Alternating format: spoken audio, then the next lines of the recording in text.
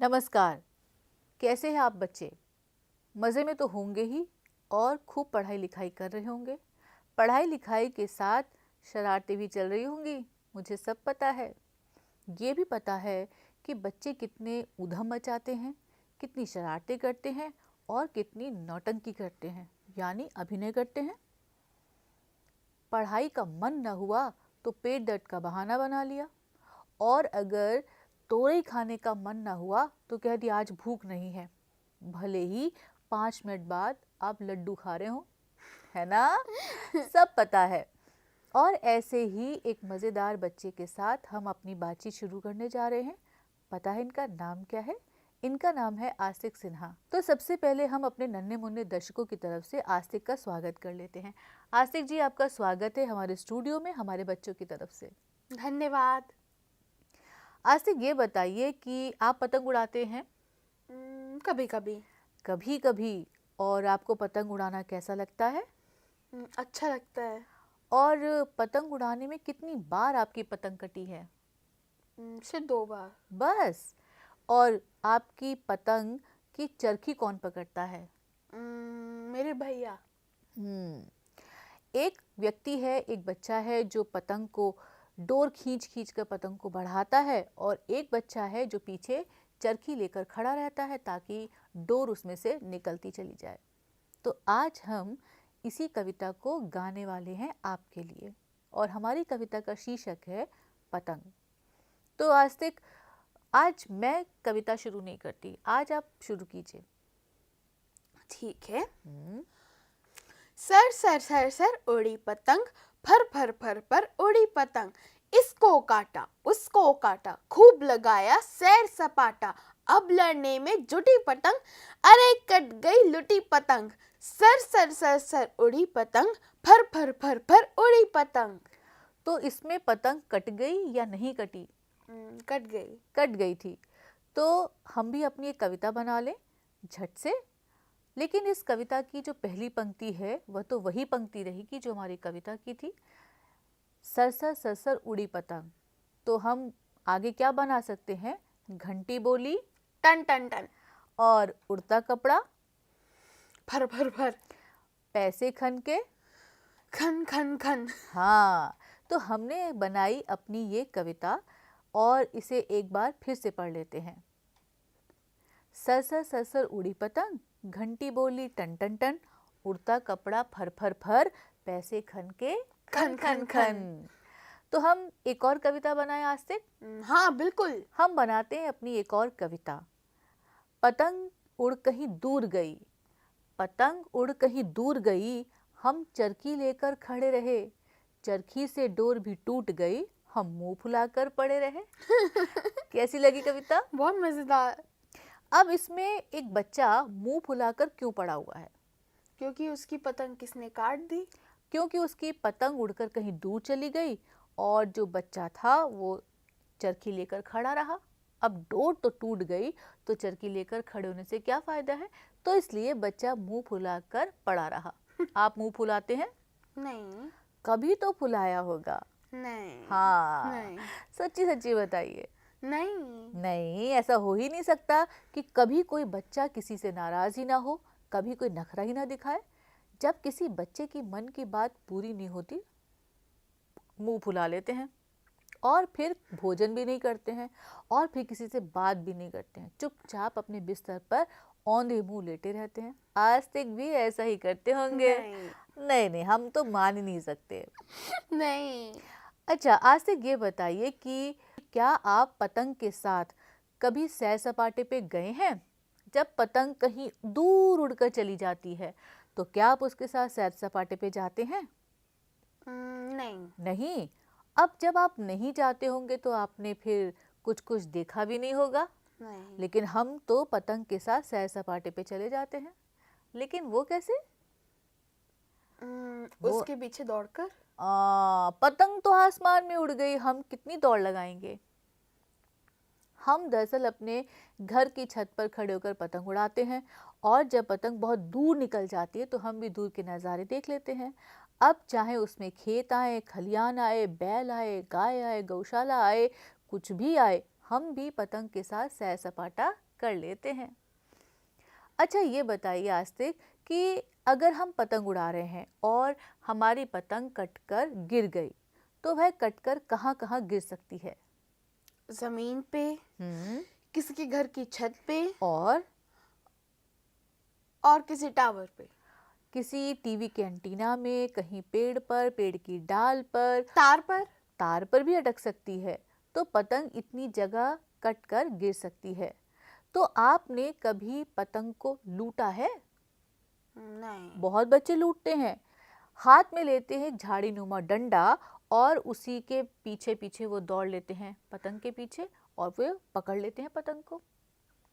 पतंग लूटने का भी अपना एक हुनर है, कला है। हर कोई पतंग को न तो लूट सकता है न पकड़ सकता है, उछल कूद मचानी पड़ती है। अगर कहीं हमारी पतंग कटकर पेड़ पर अटक गई तो जनाब पेड़ पे चढ़ना भी आना चाहिए, है ना? हाँ। तो हमारी ये थी प्यारी सी कविता, सरसर सरसर उड़ी पतंग, फर फर फर पर उड़ी पतंग। पता है आस्तिक, जब बात पतंग की चली है तो हमारे पास ऐसे बहुत सारे खेल हैं जो हम घर के अंदर बैठकर खेल सकते हैं। बिल्ली मौसी कहती है पढ़ाई लिखाई छोड़ो, अब है खेल का समय। तो हम आइए झटपट देख लेते हैं कि हम ये खेल कैसे खेलेंगे। आस्तिक आप लूडो तो खेलते होंगे बिल्कुल। और आप सांप सीढ़ी भी खेलते होंगे। तो बस ये सांप सीढ़ी जैसा ही खेल है। इसमें खाने बने हुए हैं और हर खाने पर एक नंबर लिखा हुआ है और उसके साथ लिखा है कुछ काम जो आपको जल्दी जल्दी करना है। तो आइए हम झटपट पढ़ देते हैं कि इन खेलों में क्या क्या नाम हैं। अगर आप 24 नंबर पर पहुंच जाते हैं तो ये है जीत का घर, यानी आप जीत गए। और अगर आप पहुंचते हैं 23 नंबर पर तो जल्दी जल्दी 4 बार कच्चा पापड़ पक्का पापड़ बोलना है और अब फिर आगे बढ़ना है। आज से जल्दी से कच्चा पापड़ पक्का पापड़ बोलो। ठीक है, मैं कोशिश करता हूँ। हाँ। कच्चा पापड़ पक्का पापड़, कच्चा पापड़ पक्का पापड़, कच्चा पापड़ पक्का पापड़, कच्चा पापड़ पक्का पापड़। शाबाश, क्या बात है। अगर आप 22 पर पहुंचते हैं तो आपको मिलेगी चुस्की। अगर आप पहुंचते हैं 21 नंबर पर तो 5 बार चुटकी बजानी है और चुस्की का मजा लेना है। तो पहले आप चुटकी बजाकर दिखा दीजिए आस्तिक। ठीक है। शाबाश।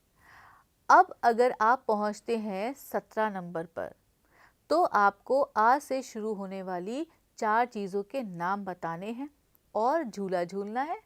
तो आप झटपट आ से शुरू होने वाली 4 चीज़ों के नाम बता दीजिए। अच्छा एक मैं बता दूं। हाँ। तस्वीर में ही दिख रहा है आम।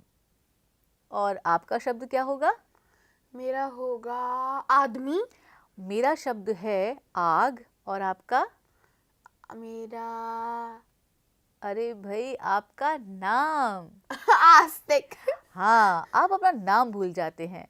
हम चलते हैं अगले अंक पर और देखते हैं कि इसमें क्या करने के लिए कहा है। अगर आप पहुंचते हैं 7 नंबर पर तो आपको म से शुरू होने वाला कोई गाना सुनाना होगा और पगड़ी पहननी होगी। तो आपके पास म से शुरू होने वाला कोई गाना है? हाँ है। कौन सा? मेरा नाम है चिन चिन चू। हाँ। और अगर आप पहुंचते हैं 5 नंबर पर तो पता है आस्तिक आपको क्या करना है? नहीं पता तो हम बता देते हैं। आपको क से शुरू होने वाले 5 बच्चों के नाम बताने हैं। आपको अपने दोस्तों के नाम तो याद है कि सब भूल गए? नहीं, याद है। याद है तो बताइए आपके ऐसे कौन से दोस्त हैं जिनके नाम में शुरू में क की आवाज है? कनिष्का। हाँ। कंदर्प। और कनफ। और फिर मुझे आपके एक दोस्त का नाम याद है जिनसे आपने मिलवाया था। काजल। ओ हाँ। और कंफ। और अगर आप पहुंचते हैं 2 नंबर पर तो आपको क्या करना है? मछली पर कविता सुनानी है और नाम में बैठ के जाना है। तो मछली पर कोई कविता याद है आस्तिक आपको? नहीं। मछली जल की रानी है, जीवन उसका पानी है, हाथ लगाओ तो डर जाएगी, बाहर निकालो तो मर जाएगी। वाह, आपको तो मछली पर कविता भी याद है।